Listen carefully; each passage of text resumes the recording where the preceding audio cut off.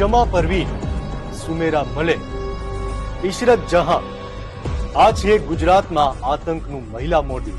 આ હિજાબ પાછળ એક સામાન્ય જિંદગી જીવતી યુવતી બેંગલુરુમાં ભારત વિરુદ્ધ સૌથી ખતરનાક ષડયંત્ર રચી રહી છે. તેનો એકમાત્ર ઉદ્દેશ હતો સોશિયલ મીડિયા દ્વારા યુવાનોમાં કટ્ટરવાદનું ઝેર ઘોળવાનું. ગુજરાત એટીએસે આતંકી મહિલાની ધરપકડ કરી લીધી છે. આજે દિવ્ય ભાસ્કરમાં જાણીએ છેલ્લા 21 વર્ષમાં ઝડપાયેલી મહિલા આતંકીઓની કહાની.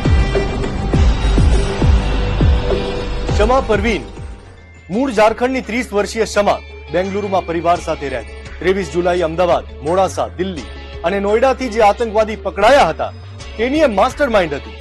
મળતી માહિતી મુજબ શમા સોશિયલ મીડિયા થકી અલ-કાયદા ઇન ઇન્ડિયાના સબ કોન્ટિનેન્ટની વિચારધારાને ફેલાવવાનું કામ કરતી હતી. આતંકી સંગઠનને મજબૂત બનાવવા કેવી પ્રવૃત્તિ કરવી તે શમા નક્કી કરતી. તેની ધરપકડ બાદ જાણવા મળ્યું છે કે શમા પાકિસ્તાનના ઘણા વોટ્સએપ ગ્રુપમાં એક્ટિવ હતી. આખો વિડિયો જોવા માટે ડાઉનલોડ કરો દિવ્ય ભાસ્કર એપ.